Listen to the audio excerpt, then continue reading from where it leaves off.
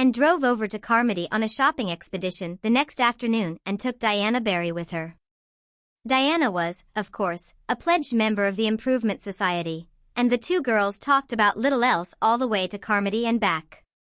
"The very first thing we ought to do when we get started is to have that hall painted," said Diana, as they drove past the Avonlea Hall, a rather shabby building set down in a wooded hollow, with spruce trees hooding it about on all sides. "It's a disgraceful-looking place, and we must attend to it even before we try to get Mr. Levi Boulder to pull his house down. Father says we'll never succeed in doing that. Levi Boulter is too mean to spend the time it would take. Perhaps he'll let the boys take it down if they promise to haul the boards and split them up for him for kindling wood," said Anne hopefully. "We must do our best and be content to go slowly at first. We can't expect to improve everything all at once. We'll have to educate public sentiment first, of course." Diana wasn't exactly sure what educating public sentiment meant, but it sounded fine and she felt rather proud that she was going to belong to a society with such an aim in view. "I thought of something last night that we could do, Anne. You know that three-cornered piece of ground where the roads from Carmody and Newbridge and White Sands meet? It's all grown over with young spruce, but wouldn't it be nice to have them all cleared out and just leave the 2 or 3 birch trees that are on it?" "Splendid," agreed Anne gaily. "And have a rustic seat put under the birches. And when spring comes we'll have a flower bed made in the middle of it and plant geraniums." "Yes, only we'll have to devise some way of getting old Mrs. Hiram Sloane to keep her cow off the road, or she'll eat our geraniums up," laughed Diana. "I begin to see what you mean by educating public sentiment, Anne. There's the old Boulter house now. Did you ever see such a rookery? And perched right close to the road too. An old house with its windows gone always makes me think of something dead with its eyes picked out. I think an old, deserted house is such a sad sight," said Anne dreamily. "It always seems to me to be thinking about its past and mourning for its old-time joys. Marilla says that a large family was raised in that old house long ago, and that it was a real pretty place, with a lovely garden and roses climbing all over it. It was full of little children and laughter and songs, and now it is empty, and nothing ever wanders through it but the wind. How lonely and sorrowful it must feel. Perhaps they all come back on moonlit nights, thought the ghosts of the little children of long ago and the roses and the songs, and for a little while the old house can dream it is young and joyous again." Diana shook her head. "I never imagined things like that about places now, Anne. Don't you remember how cross Mother and Marilla were when we imagined ghosts into the haunted wood? To this day I can't go through that bush comfortably after dark, and if I began imagining such things about the old Boulter house I'd be frightened to pass it too. Besides, those children aren't dead. They're all grown up and doing well, and one of them is a butcher. And flowers and songs couldn't have ghosts anyhow." And smothered a little sigh. She loved Diana dearly and they had always been good comrades. But she had long ago learned that when she wandered into the realm of fancy she must go alone. The way to it was by an enchanted path where not even her dearest might follow her.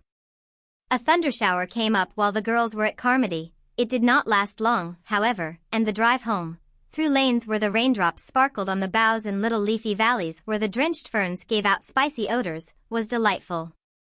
But just as they turned into the Cuthbert Lane and saw something that spoiled the beauty of the landscape for her. Before them on the right extended Mr. Harrison's broad, gray-green field of late oats, wet and luxuriant, and there, standing squarely in the middle of it, up to her sleek sides in the lush growth, and blinking at them calmly over the intervening tassels, was a Jersey cow. And dropped the reins and stood up with a tightening of the lips that boded no good to the predatory quadruped. Not a word said she, but she climbed nimbly down over the wheels, and whisked across the fence before Diana understood what had happened. And, "Come back," shrieked the latter as soon as she found her voice. "You'll ruin your dress in that wet grain, ruin it." "She doesn't hear me." "Well, she'll never get that cow out by herself.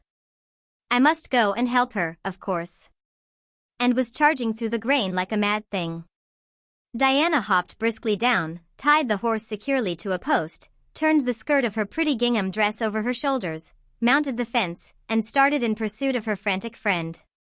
She could run faster than Anne, who was hampered by her clinging and drenched skirt, and soon overtook her. Behind them they left a trail that would break Mr. Harrison's heart when he should see it. "And, for mercy's sake, stop," panted poor Diana. "I'm right out of breath and you are wet to the skin. I must get that cow out before Mr. Harrison sees her," gasped Anne. "I don't care if I'm drowned, if we can only do that." But the Jersey cow appeared to see no good reason for being hustled out of her luscious browsing ground. No sooner had the two breathless girls got near her than she turned and bolted squarely for the opposite corner of the field. "Head her off," screamed Anne. "Run, Diana, run." Diana did run. And tried to, and the wicked Jersey went around the field as if she were possessed. Privately, Diana thought she was. It was fully 10 minutes before they headed her off and drove her through the corner gap into the Cuthbert lane. There is no denying that Anne was in anything but an angelic temper at that precise moment. Nor did it soothe her in the least to behold a buggy halted just outside the lane, wherein sat Mr. Shearer of Carmody and his son, both of whom wore a broad smile. "I guess you'd better have sold me that cow when I wanted to buy her last week, Anne," chuckled Mr. Shearer. "I'll sell her to you now, if you want her," said her flushed and disheveled owner. "You may have her this very minute." "Done. I'll give you 20 for her as I offered before, and Jim here can drive her right over to Carmody. She'll go to town with the rest of the shipment this evening. Mr. Reed of Brighton wants a Jersey cow." 5 minutes later Jim Shearer and the Jersey cow were marching up the road, and impulsive Anne was driving along the Green Gables lane with her $20. "What will Marilla say?" asked Diana. "Oh, she won't care. Dolly was my own cow and it isn't likely she'd bring more than $20 at the auction.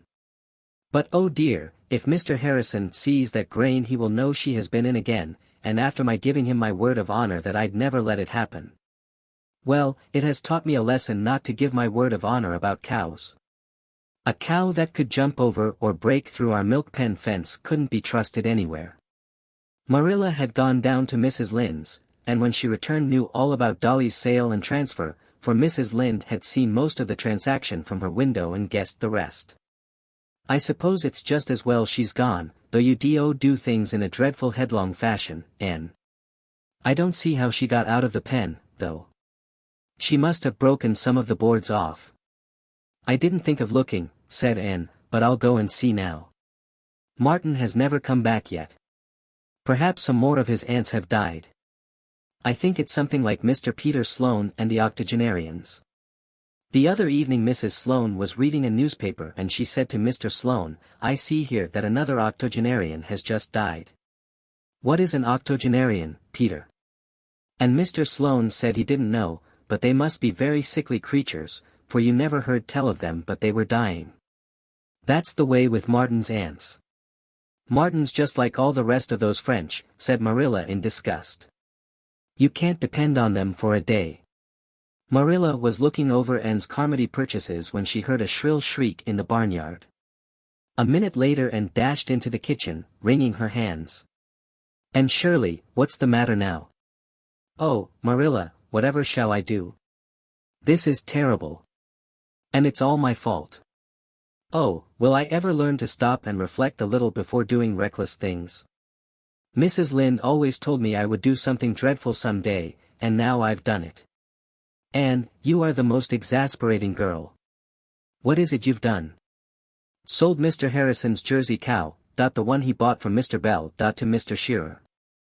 Dolly is out in the milking pen this very minute. And Shirley, are you dreaming?" "I only wish I were. There's no dream about it, though it's very like a nightmare. And Mr. Harrison's cow is in Charlottetown by this time. Oh, Marilla, I thought I'd finished getting into scrapes, and here I am in the very worst one I ever was in my life. What can I do?" "Do? There's nothing to do, child, except go and see Mr. Harrison about it. We can offer him our Jersey in exchange if he doesn't want to take the money. She is just as good as his." "I'm sure he'll be awfully cross and disagreeable about it, though," moaned Anne. "I dare say he will. He seems to be an irritable sort of a man. I'll go and explain to him if you like. No, indeed, I'm not as mean as that, exclaimed Anne. This is all my fault and I'm certainly not going to let you take my punishment. I'll go myself and I'll go at once. The sooner it's over the better, for it will be terribly humiliating. Poor Anne got her hat and her $20 and was passing out when she happened to glance through the open pantry door. On the table reposed a nut cake which she had baked that morning, a particularly toothsome concoction iced with pink icing and adorned with walnuts. And had intended it for Friday evening, when the youth of Avonlea were to meet at Green Gables to organize the Improvement Society. But what were they compared to the justly offended Mr. Harrison? And thought that cake ought to soften the heart of any man, especially one who had to do his own cooking, and she promptly popped it into a box. She would take it to Mr. Harrison as a peace offering. That is, if he gives me a chance to say anything at all, she thought ruefully, as she climbed the lane fence and started on a short cut across the fields, golden in the light of the dreamy August evening. I know now just how people feel who are being led to execution.